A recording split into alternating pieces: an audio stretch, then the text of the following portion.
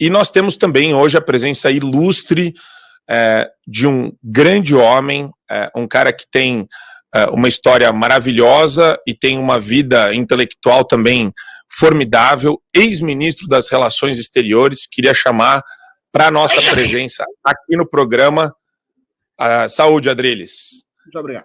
Para a nossa presença aqui no programa, a entrevista com o Ernesto Araújo. Muito bom dia, Ernesto. Tudo bem com você?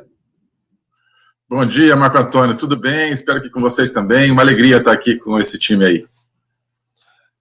Ernesto, primeiro queria agradecer você separando um tempinho para falar com a audiência do Show da Manhã, mas queria trazer uma questão que a gente já aventou aqui, que a gente colocou para a nossa audiência já, o Elon Musk fazendo uma campanha para o pessoal assinar um abaixo-assinado em defesa da liberdade de expressão e da liberdade do direito ao porte de armas, né, do direito à autodefesa. Isso, para mim, mostra o nível de comprometimento do Elon Musk e a dimensão que ele dá para a importância de uma eleição americana que vai além da questão político-eleitoral. A eleição foi e é hoje majoritariamente sobre a cultura ocidental. Tá correta essa análise, Ernesto? Como que você enxerga isso? E como que você enxerga isso afetando o Brasil? Perfeito, Marco Antônio. Eu acho que está correta. Essa eleição americana é uma eleição entre duas visões de mundo, entre duas visões de ser humano, entre um mundo que pode rumar para o totalitarismo real ou disfarçado, enfim, explícito ou disfarçado, ou que pode rumar para uma recuperação da liberdade, do que a gente chama do mundo livre, porque os Estados Unidos é a última superpotência da liberdade. Se acabar os Estados Unidos como um país comprometido com a liberdade, acaba praticamente a força da liberdade no mundo. Então, eu acho que isso está em jogo. O Elon Musk percebeu claramente isso, e o Elon Musk é uma das coisas mais importantes que estão acontecendo hoje nessa dimensão político-existencial, porque está em jogo uma questão existencial. Ele está comprometido, claro, com o Trump, mas com, sobretudo, a liberdade como essência do Ocidente, não de hoje, né, de 2.500 anos, né, o Ocidente se constrói em torno da liberdade. Então, o Elon Musk está colocando tudo que ele tem a favor disso aí, toda a sua capacidade empresarial e esse é o seu compromisso. Ele tem hoje o que é a rede mais livre do mundo, também acho que o que são os Estados Unidos, né, no mundo geopolítico é o X no mundo das redes, né, é a rede da liberdade, né, e que está começando a puxar outras, né, em relação à liberdade, como o Facebook. Então, ele tem esse lado e, ao mesmo tempo, ele representa algo fundamental que a gente está perdendo, que é o empreendedorismo individual, a criatividade do indivíduo, do empreendedor, em gerar, por exemplo, essa maravilha aí do foguete que consegue voltar. Então, isso está devolvendo, acho que a confiança às pessoas que ainda acreditam na liberdade, não só do ponto de vista de você, obviamente, poder falar, escutar o que você quiser, mas no sentido de a liberdade produzindo progresso tecnológico, melhora material, né? Hoje as pessoas acham que só o Estado pode fazer as coisas, né? Nos países totalitários já é assim, mas nos países ocidentais as pessoas estão começando a acreditar nisso e pensar dessa maneira, olha, só o Estado pode proporcionar saúde, só o Estado pode proporcionar o que quer que seja, né? E, enfim, desenvolvimento, o que quer que seja. Não, né? O Elon Musk está lançando muito mais foguetes do que a NASA, por exemplo, que é governamental, né? Então, e ele está inserindo isso, digamos, a campanha do Trump com essa dimensão. É um momento chave para que os Estados Unidos recuperem essa confiança no indivíduo, na liberdade, e, portanto, para que o mundo livre recupere essa confiança e essa identidade na liberdade. Satie, você tem uma pergunta para o Ernesto? Claro. Ministro, é uma honra estar com o senhor aqui no Fio Diário, é um prazer muito grande poder fazer parte da bancada junto com o senhor e desenvolver um trabalho muito importante para o Brasil e colocou o Brasil nos rumos internacionais certos.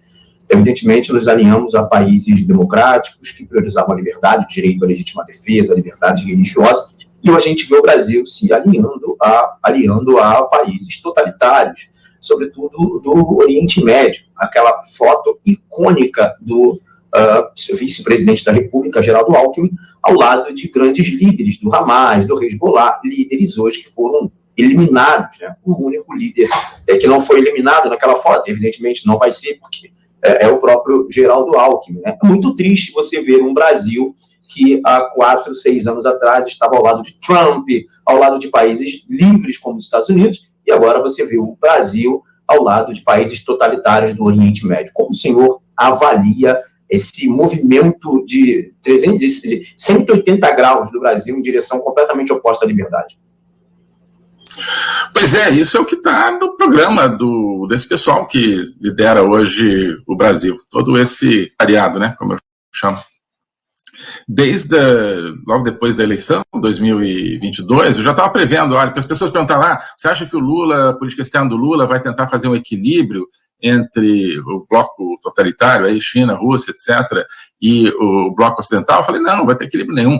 Eles vão tentar se inserir, e vão tentar inserir o Brasil no bloco totalitário, dando uma disfarçada aí com temas de meio ambiente e esses temas multilaterais, fazendo de conta que o Brasil, né, faz parte dessa nebulosa aí do multilateral, mas na verdade isso é uma fachada para encobrir uma inserção totalitária do Brasil nesse bloco comandado por China, Rússia e Irã. Isso é o que está se desdobrando a cada dia, está se revelando, e felizmente as pessoas estão enxergando isso, no Brasil e no mundo, né? Porque um dos problemas é que, com essa carapaça ambiental, que é uma mentira também, como a gente sabe, o Lula conseguia, digamos, vender uma imagem, sobretudo na Europa e em parte dos Estados Unidos, ou seja, no mundo desenvolvido, uma imagem totalmente falsa, né?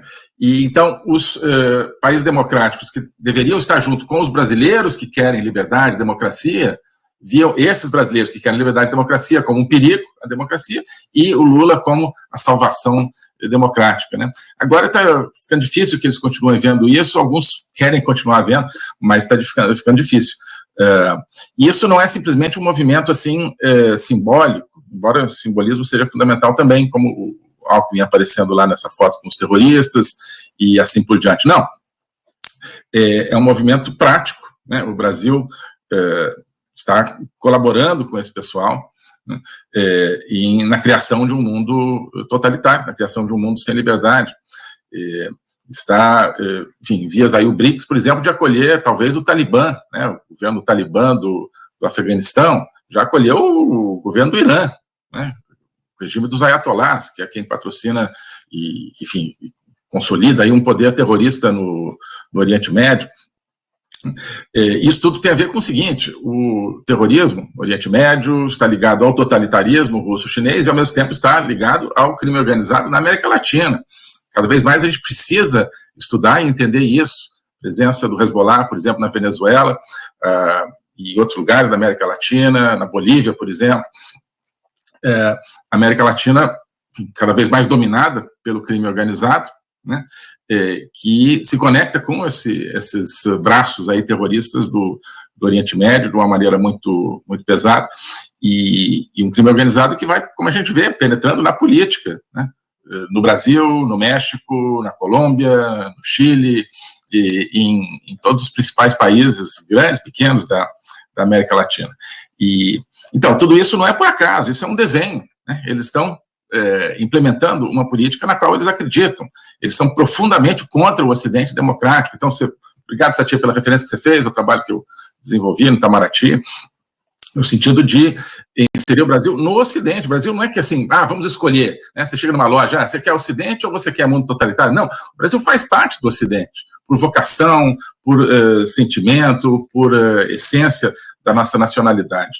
Então, você precisa reconhecer isso para que o Brasil, né, se consolide como parte desse mundo democrático, né? O que esse pessoal está fazendo algo que é contrário à essência do Brasil, né, em o Brasil no mundo totalitário, e como disse inclusive o Zelensky, né, não para liderar nada, né, mas para ser engolido. O Zelensky falou, né, numa entrevista aí que, olha, o Brasil acha que vai chegar no BRICS e vai ser, né, esse pessoal aí, os totalitários, e vai ser um grande país. Não, ele vai ser engolido pelo BRICS, está sendo engolido pelo BRICS, está sendo engolido economicamente pela China, está sendo engolido por esses projetos terroristas, por todos esses projetos.